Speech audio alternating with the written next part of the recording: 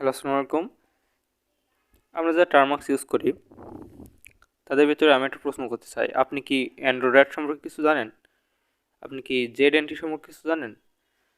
তো আজকে পরিপূর্ণ ভিডিওতে আমরা এমনই 5 ধরনের হ্যাকিং অ্যাপ সম্পর্কে কথা বলবো যেগুলো আপনি ব্যবহার করতে পারেন আপনার অ্যান্ড্রয়েড ফোনের মাধ্যমে। আর অধিকাংশ মোস্ট অফ যেগুলো আছে সেগুলো আপনার নামই জানেন না, তো সেগুলো জেনে নেব। আর একেবারে লাস্টে যে অ্যাপের কথা আমি বলবো কিংবা টুলের কথা বলবো সেটি আপনি কিভাবে পেতে পারেন সে সম্পর্কে ডিটেইলে বর্ণনা করে দেবো ইনশাল্লাহ। তো চলুন শুরু করা যাক আজকের ভিডিও। Let's get started. আমি হিমেলাতিক আছি আপনাদের সাথে। তো একেবারে প্রথমে যে অ্যাপটা সম্পর্কে বলবো সেটা হলো AndroRat। AndroRat-এর মাধ্যমে আপনি কি করতে পারেন সেটা আগে জেনে নিই। AndroRat-টা মূলত অ্যান্ড্রয়েড ইউজ করা হয় এবং এটা ম্যাক ডিভাইসেও মানে অ্যাপেল ডিভাইসেও আপনি ইউজ করতে পারেন। তো এটির মাধ্যমে মূলত কী করা যায় সেটা হলো লোকেশন ট্র্যাক করতে পারবেন, লোকেশন হ্যাক করতে পারবেন এবং ওয়াইফাই পাসওয়ার্ড হ্যাক করতে পারবেন। এবং এর মাধ্যমে এটা যদি আপনি আপনার ভিক্টিমের ডিভাইসে ইনস্টল করে দিতে পারেন তাহলে এটির মাধ্যমে আপনি তার হলো স্পাইং করতে পারবেন সেই ফোনের উপরে কিংবা সেই ব্যক্তির উপরে স্পাইং করতে পারবেন, সে কখন কী করছে, কোথায় যাচ্ছে। ইভেন আপনি তার মোবাইল থেকে বিভিন্ন ডাটা আপলোডও করতে পারবেন, ডাউনলোড করতে পারবেন, স্ক্রিনশট নিতে পারবেন। তো এগুলো অ্যান্ড্রয়েডের মাধ্যমে করতে পারবেন, আরও অনেক কিছু করতে পারবেন।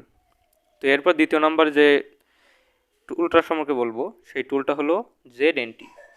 zANTI নামটা শুনে আমরা হয়তো আমাদের এনম্যাপের কথা মনে পড়ে যায়, কারণ এনম্যাপ যে কাজে লাগে zANTI ম্যাপ অ্যাপটাও আমরা সেই কাজে ইউজ করতে পারি। যেমন নেটওয়ার্ক স্ক্যানিং করতে পারি আমরা zANTIর মাধ্যমে।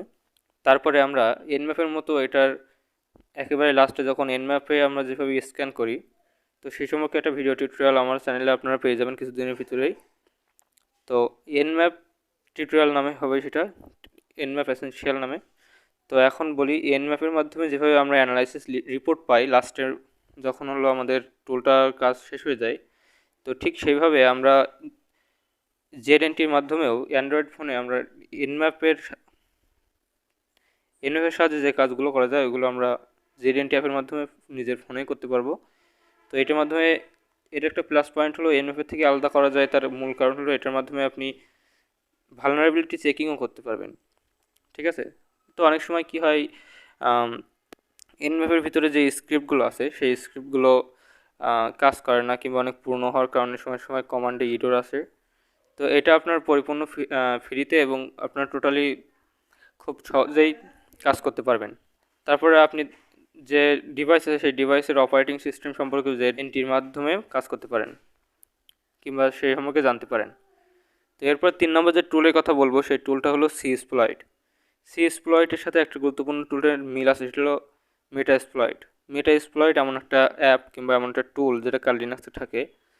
তো এটার মাধ্যমে আপনারা কী করতে পারেন, আপনারা ভিকটিমের ফিশিং লিঙ্ক, তারপরে man in the middle attack, তো এগুলো অনেক ধরনের কাজ আপনারা করতে পারেন।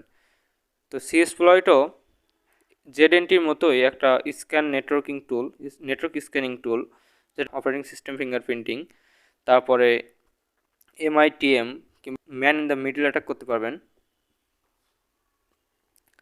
তো cSploit-এর পরে আমরা 4 নাম্বার পয়েন্টে যে অ্যাপ সম্পর্কে কথা বলবো সেই অ্যাপটার নাম হলো faceNiff। faceNiff একটা ওয়াইফাই হ্যাকিং টুল। তো এর মাধ্যমে আপনারা বিভিন্ন ডিভাইস কিংবা বিভিন্ন জায়গার যে ওয়াইফাইগুলো আছে সেগুলো আপনারা পাসওয়ার্ড ক্র্যাক করতে পারবেন ইজিলি।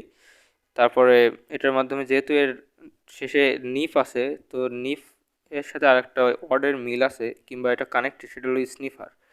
তো স্নিফ মানে হলো একটা হ্যাকার যখন যখন তার ভিকটিমের অপারেটিং সিস্টেম কিংবা তার পোর্টগুলো স্ক্যান করে তখন সে হলো ওইগুলো স্নিফ করে। স্নিফ আপনারা সহজ বাংলায় বলতে গেলে ওইটা হলো বিশেষভাবে পর্যবেক্ষণ করা। ঠিক আছে। তো এটা একটা স্নিফার টুল, এটাও ঠিক মেটাস্প্লয়েটের মতো কাজ করে। তারপরে আপনার ওয়াইফাই যে পাসওয়ার্ড বিভিন্ন ধরনের সিকিউরিটি আছে যেমন WEP, WPA2, ঠিক আছে। তো যেগুলো আছে সবগুলো এই সবগুলো সে হলো ভিকটিমের ডিভাইসে যেগুলো আছে সেগুলো সে হ্যাক করতে পারে কিংবা এগুলো অ্যাক্সেস করতে পারে। ঠিক আছে, পাসওয়ার্ড ক্র্যাক করতে পারে। তারপর আরেকটা কী করতে পারে সেটা হলো যেগুলো প্রোটেক্টেড নেটওয়ার্ক আছে সেই প্রোটেক্টেড নেটওয়ার্কগুলোর ভিতরে সে হলো পেনিট্রেট করতে পারে।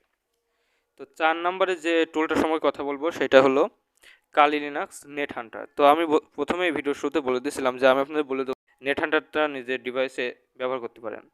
তো নেট হান্টারটা ইউজ করার জন্য আপনাকে যে রুটেড ফোন হতে হবে এমন কিছু না, তবে আগে যে টুলগুলো আমি বলেছি যেমন AndroRat, তারপর হলো cSploit, faceNiff কিংবা zANTI, এগুলো ব্যবহার করার জন্য আপনাদের অবশ্যই রুটেড ফোন লাগবে। তো আমাদের যে ফোনগুলো থাকে সেগুলো কিভাবে রুট করতে হয় সেই সম্পর্কে ভিডিও আমাদের চ্যানেলে ইনশাল্লাহ পেয়ে যাবেন কিছুদিনের ভিতরে। তো আমি বলি আপনাদের যে কালি-লিনাক্স নেট হান্টারটা আপনারা কীভাবে পাবেন। তো আমি ডিসক্রিপশন বক্সে একটা লিঙ্ক দিয়ে রাখবো, সেই লিঙ্কের ভিতরে যদি আপনারা যান সেই লিঙ্কে দেখতে পাবেন যে আমি kali.org-এর একটা ওয়েবসাইটের লিঙ্ক দিয়ে রাখছি।